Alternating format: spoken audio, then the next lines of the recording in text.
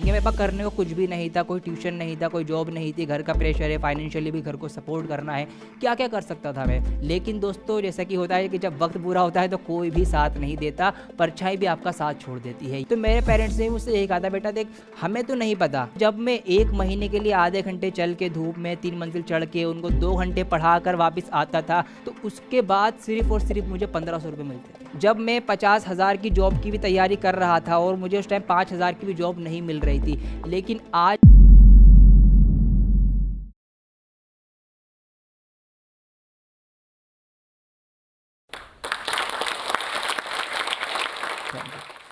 मैं तो अकेले ही चला था राह मंजिल की तरफ, मैं तो अकेले ही चला था राह मंजिल की तरफ, लोग मिलते गए कारवां बनता गया। दोस्तों स्वागत है आप सभी का, मेरा नाम आदिल खान है और मैं डियर सर एजुकेशनल प्लेटफॉर्म का को फाउंडर हूँ। जितने भी कॉम्पिटिटिव एग्जाम हो सकते हैं वो सब मैंने क्वालिफाई किए हुए, जैसे कि सीटेट, केवीएस और एनवीएस, और मैं एक प्रोफेशनल टीचर हूँ, qualified certified by central government.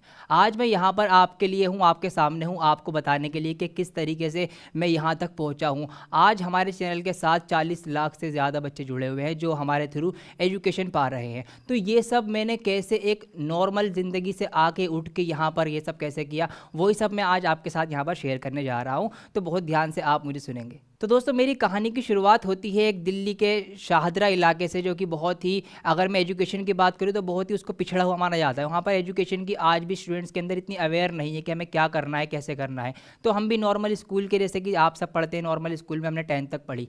अब 10th क्लास आपके लिए एक ऐसा साल होती है जहाँ पर आपको अपनी लाइफ डिसाइड करनी होती है, क्योंकि आपके आगे 3 रास्ते होते हैं कि आपको आर्ट्स लेनी है, आपको कॉमर्स लेनी है, आपको साइंस लेनी है। अब यही रास्ता आपकी आगे की पूरी लाइफ डिसाइड करता है। तो यहाँ पर अब यहीं पर आपको ये भी सोचना पड़ता है कि आपको आगे जाकर बनना क्या है, क्योंकि यहीं से फिर आप उसके अकॉर्डिंग अपनी स्ट्रीम को चूज़ करेंगे। तो मेरा बचपन से ही ये इच्छा थी कि मैं टीचर बनूं, क्योंकि मैं देखता था जो मेरे फादर हैं, मेरे जो पापा हैं, वो सुबह जॉब पर जाते थे जब हम स्कूल जाते थे, और उसके बाद वो पूरे दिन पूरी शाम को घर आते थे। लेकिन जो अगर मैं देखता टीचर्स जो हैं वो क्या करते थे, वो हमारे साथ ही स्कूल के लिए, मतलब जब छुट्टी होती थी साथ में वो घर के लिए निकल जाते थे। तो मैंने देखा कि मतलब टाइमिंग का इतना ज़्यादा डिफरेंस है, लेकिन अगर मैं यहाँ पर कमाई की बात करूँ तो टीचर की जो है वो कमाई कहीं ज़्यादा होती है। तो वहाँ से भी मुझे एक मोटिवेशन मिला कि टीचर बनना जाए। दूसरा जो मेरे साथ इंसिडेंट हुआ वो ये हुआ कि जब 10th क्लास के बोर्ड एग्ज़ाम आने वाले थे, तो मेरे जो फ्रेंड्स थे, हम सब मिलकर तैयारी करते थे लास्ट में, तो मेरे फ्रेंड जो थे उन्होंने लास्ट टाइम पे ट्यूशन छोड़ के मेरे साथ ही पढ़ना शुरू कर दिया था।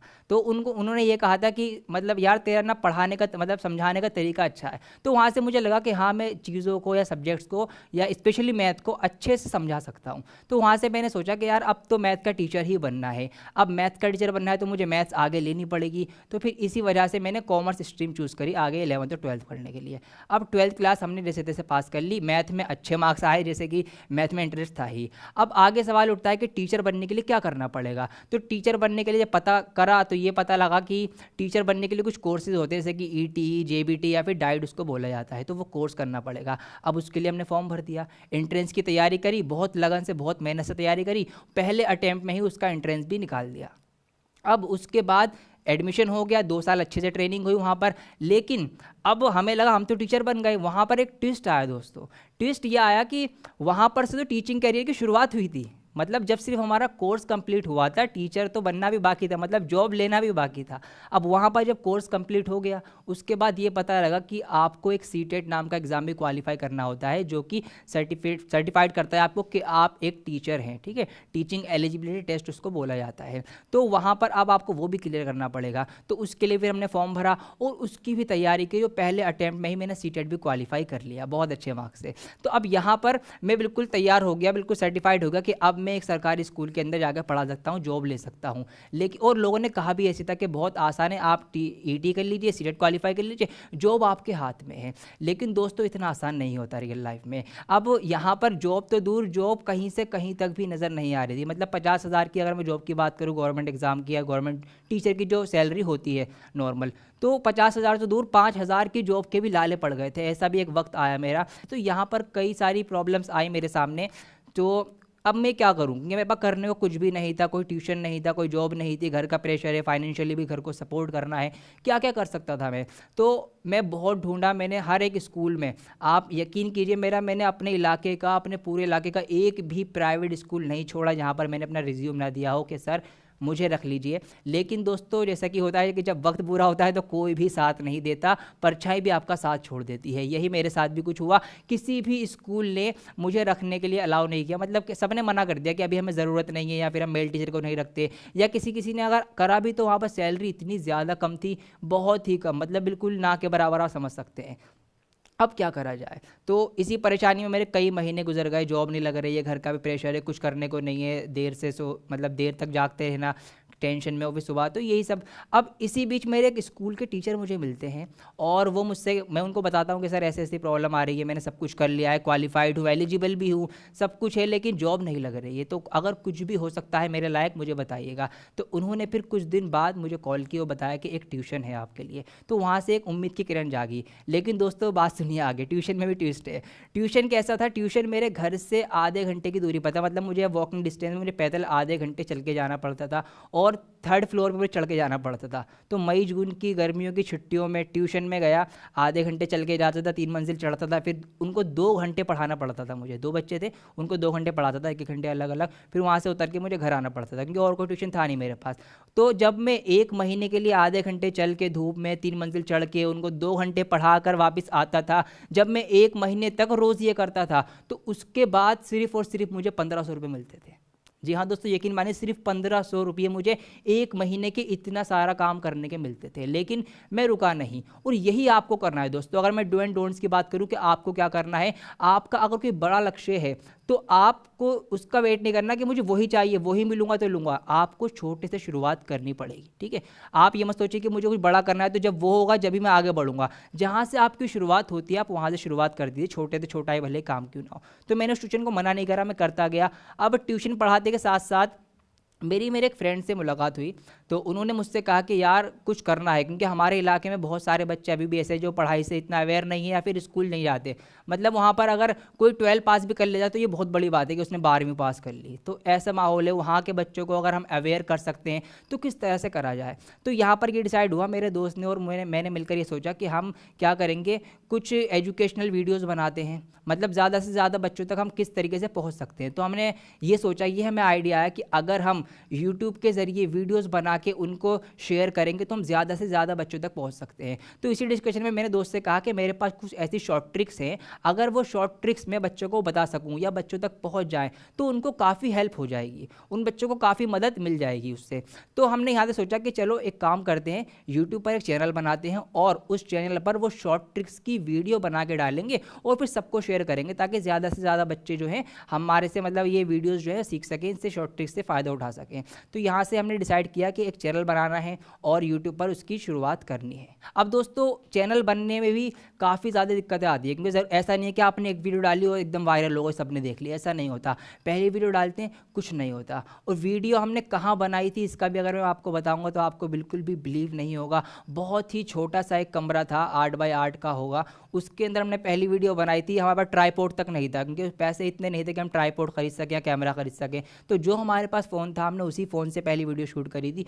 और पहली वीडियो शूट कर रही है हमने किस तरीके से थे, आप हंसेंगे। हमने क्या करा था, जो गेट था, गेट के ऊपर एक वायर था, वायर में फ़ोन के कवर में छेद करके उस वायर से फ़ोन को लटका के हमने पहली वीडियो शूट करी थी इस तरीके से।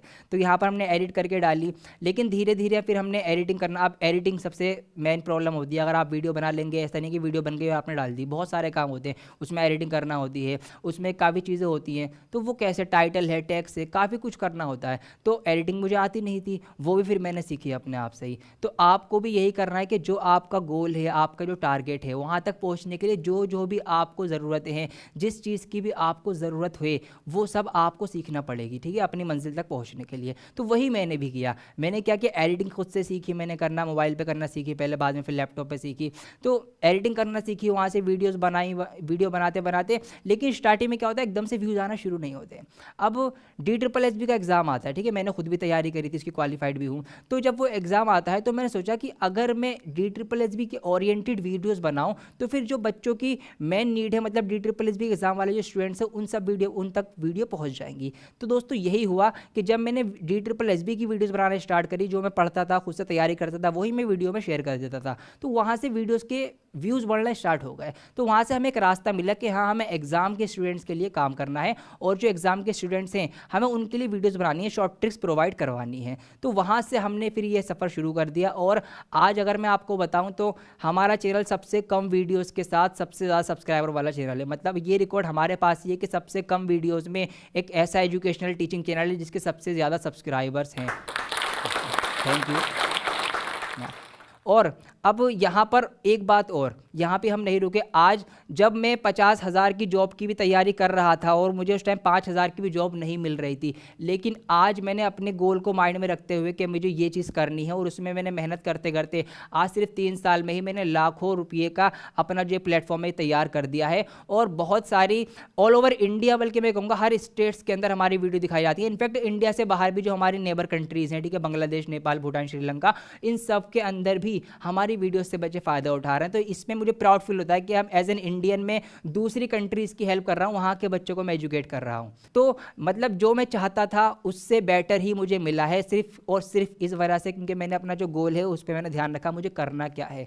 अब जहाँ पर मुझे एक जॉब भी नहीं मिल रही थी और आज मुझे उस जॉब की ज़रूरत भी नहीं है, सर बताऊँ, गवर्नमेंट जॉब की, ठीक है, क्योंकि मैंने इतना कुछ अचीव कर लिया है अपने इस प्लेटफॉर्म से। और अब मेरी यही कोशिश है कि मैं यहाँ भी नहीं रुकूंगा, इस चैनल को और आगे लेकर जाकर ऑल इंडिया पर इसको रिप्रेजेंट करूंगा ताकि हमारे देश में भी आगे आए। और जो मेरे जैसे बच्चे हैं जो हमारे जैसे इलाकों से आते हैं, कुछ करना चाहते हैं या उनको प्रॉपर सोर्स या गाइडेंस नहीं मिलती, जैसे कि मुझे भी नहीं मिली थी दोस्तों। मिडिल क्लास में नॉर्मल यही होता है क्योंकि हमारे पेरेंट्स जो है इलिटरेट होते हैं, उनको इतना नहीं पता होता कि आपको क्या करना है, कहाँ जाना है। तो मेरे पेरेंट्स ने मुझसे यही कहा था, बेटा देख हमें तो नहीं पता, ठीक है, क्या क्या कोर्सेज होते हैं, क्या पढ़ाई होती है, जो तुझे सही लगे तू वो कर। तो वही मुझे सही लगा। सबसे पहले मैंने अपना पैशन पहचाना कि मुझे क्या करना है, मुझे टीचर बनना है। और कोशिश करें 10th क्लास तक आते आते आप ये पहचान ले तो बढ़िया है, क्योंकि उसके बाद अगर मान लीजिए आपको कुछ और करना था, आपने साइंस ले लिया, आपने कॉमर्स ले ली, तो फिर आपका वो टाइम वेस्ट होगा, फिर आप वहाँ छोड़कर कुछ और करेंगे तो ऐसा कुछ फ़ायदा नहीं है करने का। तो बेटर ये है कि आप सबसे पहले अपना पैशन पहचानें। और हाँ दोस्तों, एक बात तो रही गई, वो भी आपको बताता हूँ।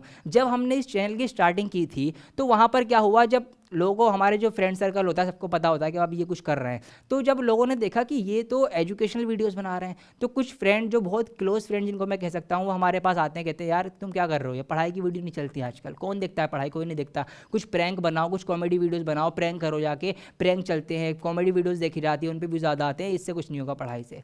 तो दोस्तों आपको ये भी ध्यान रखना है कि आप जिस चीज़ में एक्सपर्ट हैं, जिस चीज़ को जो चीज़ आपको अच्छे से करना आती है, आप वो कीजिए। अगर मैं आज उनकी बात मान लेता, उनकी बातों में आ जाता, और सच में ट्रेंड था भी उस time, video comedy video prank चलते थे जिस टाइम हमने एजुकेशनल में जा रहे थे। मतलब कई बार हमें भी लगा कि क्या हम सही जा रहे हैं, क्योंकि दुनिया जा रही है कॉमेडी में, हम जा रहे हैं एजुकेशन में, मतलब सबसे बिल्कुल लीक से हटकर। लेकिन हमने सोचा क्योंकि हम एक्सपर्ट ही एजुकेशन में है तो फिर हम कॉमेडी में क्यों जाएं। तो यही सोच है। तो शायद मैं यही सोचता हूँ कि आज एजुकेशन की बदौलत मैं यहाँ पर हूँ। अगर मैं उस टाइम दोस्तों की बात मैंने मान ली होती और हम कॉमेडी या फिर प्रैंक वगैरह में चले गए तो शायद आज हम यहाँ पर नहीं होते जहाँ पर आज हैं। तो आपको क्या सीखना है, आपको ये सीख लेनी चाहिए इससे कि जो भी आप जिस चीज़ में, जिस फील्ड में एक्सपर्ट हैं, जो काम आप सबसे बेटर कर सकते हैं, आप उसी फील्ड में आगे बढ़िए। आपको भेड़ चाल चलने की ज़रूरत नहीं कि सब कॉमेडी कर रहे हैं तो आप भी कॉमेडी करेंगे। आपके अंदर जब वो चीज़ है ही नहीं तो आप कहाँ से करेंगे, ठीक है। तो ये चीज़ आपको ध्यान रखनी है कि जिस चीज़ में आप एक्सपर्ट हो आपको वही चीज़ आगे करनी है, उसी में आपको आगे जाना है। तो दोस्तों इसी के साथ मैं अपनी एक कहानी यहाँ पर समाप्त करता हूँ और मैं उम्मीद करता हूँ कि आपको बहुत सारी चीज़ें सीखने को मिली होंगी कि क्या आपको करना है, आपको कैसे अपना पैशन पहचानना है, कैसे आपको दुनिया की बातों में ना कर अपने दिल की और अपने एक्सपर्टाइज की सुननी है। मतलब जिस चीज़ में आप एक्सपर्ट हैं आपको उसमें जाना है, वो चीज़ आपको चूज़ करनी है और आपको थकना नहीं है, हारना नहीं है, डरना नहीं है। बस जो आपने गोल डिसाइड कर लिया है उसकी तरफ बढ़ने के लिए, उसको अचीव करने के लिए जो कुछ भी आपको करना पड़े वो सब करिए। मुझे एडिटिंग नहीं आती थी, मैं एडिटिंग करता हूँ, ठीक है। मुझे कैमरा चलाना नहीं आता, आज सब कुछ एडिटिंग, VFX या जो भी कंटेंट राइटिंग सब कुछ हमारे अंडर में ही होता है, आज सब कुछ प्रोफेशनली होता है।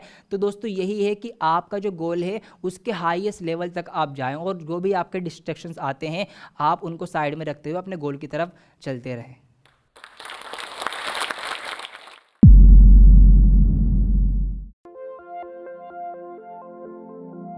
अभी आपने कहानी सुनी अपने ही जैसे एक इंसान की, जिन्होंने सारी परिस्थितियों को पीछे छोड़कर अपने करियर में आगे बढ़ने का डिसीजन लिया।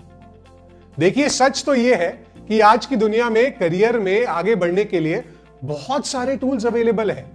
चाहिए तो सिर्फ जज्बा कुछ कर दिखाने का। आज ऐसे ही एक टूल के बारे में मैं आपको बताना चाहूंगा, जिसका नाम है अपना ऐप, भारत का सबसे बेहतरीन career and job search app. 85 lakh से ज्यादा लोगों ने इस ऐप को फ्री में यूज करके अपने करियर को बनाया है, तो आप भी इसका फायदा क्यों ना उठाएं। अपना ऐप पर आप डायरेक्टली अप्लाई कर सकते हैं लाखों जॉब्स के लिए, बिना कोई फीस या बिना कोई पेमेंट करे।